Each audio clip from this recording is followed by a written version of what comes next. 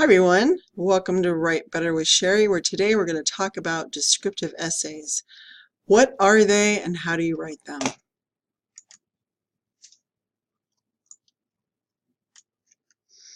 Alright, so descriptive writing is often thought of as flowery writing. Many people end up writing description just for description's sake. They just go on and on and on without really saying much, just describing, this keychain, right? This key ring. They describe that it's a black key on a baseball key ring, and it doesn't matter sometimes, actually.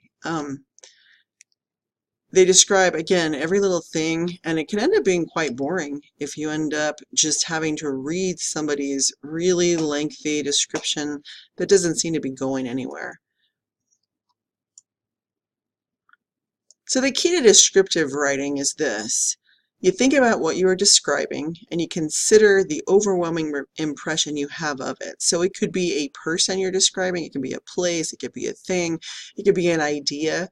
But let's say, for example, that you're describing your grandmother's house. And so when you consider describing it, what I want you to think about is the overall or overwhelming impression you have of her house. Maybe her house is cozy, maybe it's cold, maybe it's inviting, maybe it's messy. Once you decide what the overwhelming impression is, you want to decide on 3 reasons why you get that impression. So if her house is messy, for example, what gives you that impression? Maybe it's cluttered, maybe it's disorganized, maybe it's full of people. There's a lot of reasons or ideas as to why a place is messy, right? There's a feeling that you get as to why. And so what I want you to do is really think about what it is that gives you the overwhelming impression of whatever it is that you're describing. So a possible thesis might be, my grandmother's house is messy because there are always craft projects strewn about on any flat surface. She never knows where anything is because she is disorganized. And to top it off, the house is always full of her children and grandchildren who never pick up after themselves, which adds to the overall messiness. This thesis actually provides the framework for an essay describing Grandma's house and your opinion that it's messy. Now, what's interesting about the 5 senses is they're usually tied in very closely with descriptive writing. Most English teachers will say that you should look at the 5 senses when you're doing descriptive writing. However, the truth is you should use the 5 senses to describe the things that support your overall impression. For example, you may describe how Grandma's house that's messy smells. It may smell dusty. If the mess keeps her from cleaning up much. It may smell like potpourri if Grandma does crafts where she makes sachets and other good smelling things. Maybe it smells like coffee because she drinks coffee to help her stay awake at night doing her crafts. It all depends on what Grandma does in her house that would affect the way it smells. You should never go on and on about any of the senses. A brief description of how something smells can go a long way in creating a sense of place that your audience can relate to. You also don't have to include all of the senses. You could certainly talk about how Grandma's house smells, what her yummy food tastes like, what her cozy couch feels like to sit in, what seeing her pretty crafts do to you aesthetically, and what her hugs do for you in the area of touch. But the 5 senses aren't necessarily a checklist whereby you have to include some aspect of all of them. Rather, it is better if you can start from that overwhelming impression and think about what makes you think of the place the way you do, and then include whatever sensory ideals spring from that. Never describe just to do it. I'm going to move myself right there.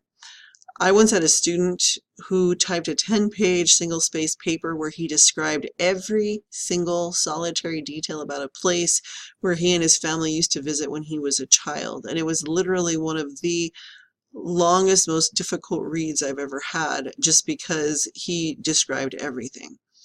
That actually isn't descriptive writing in as much as that's not what we're asking for when we ask for descriptive writing.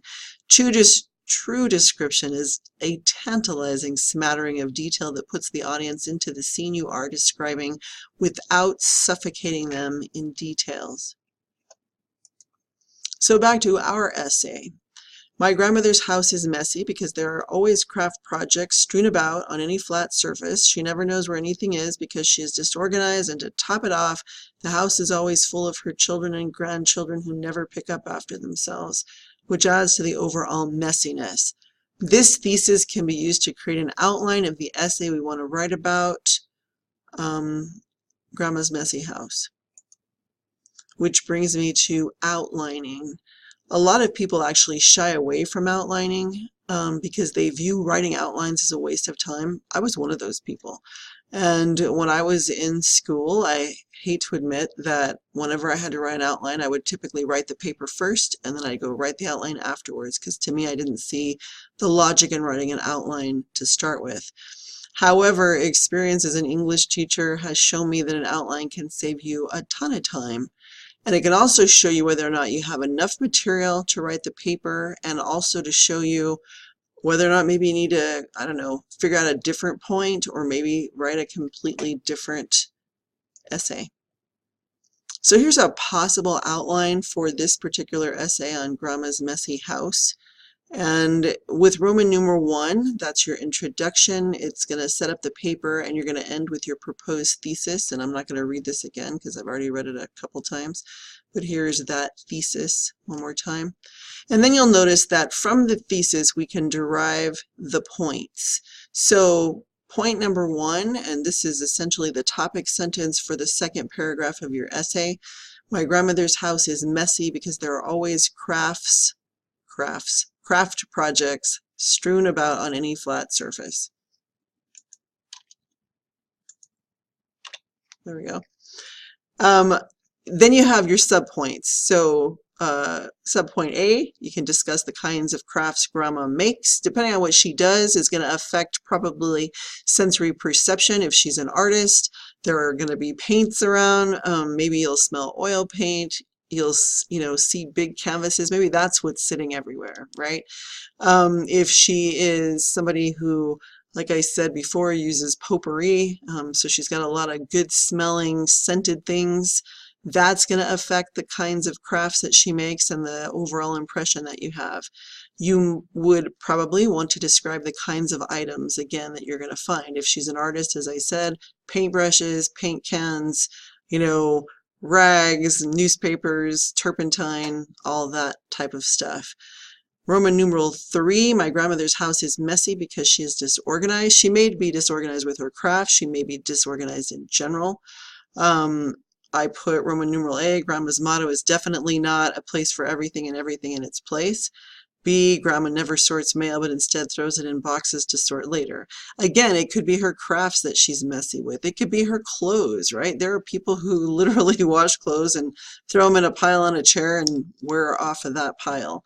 It really depends on Grandma and what kinds of things she does. For Roman numeral number 4, my grandmother's house is messy because it's always full of her children and grandchildren. That leads us to our third point. Their toys and stuff are always everywhere. They are always wanting something to eat and leaving their dirty dishes all over the place. So Grandma's messy house may not really be Grandma's fault entirely if she's got a bunch of people that are making a mess in her house. And then your last paragraph will be your conclusion, where you sum everything up and tie off your loose ends. That would be paragraph 5 of this particular essay. Now, my conclusion. Writing a descriptive essay may seem overwhelming, but if you ask yourself what the overwhelming impression is of the place or situation you're describing, you have a great place to start. So always think, what are they like? What's this place like? What is this individual like, right? And then once you figure out what they're like, think about what the 3 main reasons are that you feel that way. Then you describe each one of those reasons in depth using the 5 senses where appropriate. So again, if you're going to describe Grandma's mess, you're going to think about how she makes that mess, and then think about what the senses are that you perceive that with, right? So again, it might be a smell issue, it might be a visual issue, it might be all the 5 senses, but your job is to figure out which ones give you that impression and include just smatterings of the information that provides that or that supports that. And that's essentially how you write a descriptive essay. Hopefully that helps. And if you have questions, feel free to put them down there in the comments box. Otherwise, have fun and happy writing, and thanks for joining me with Write Better with Sherry.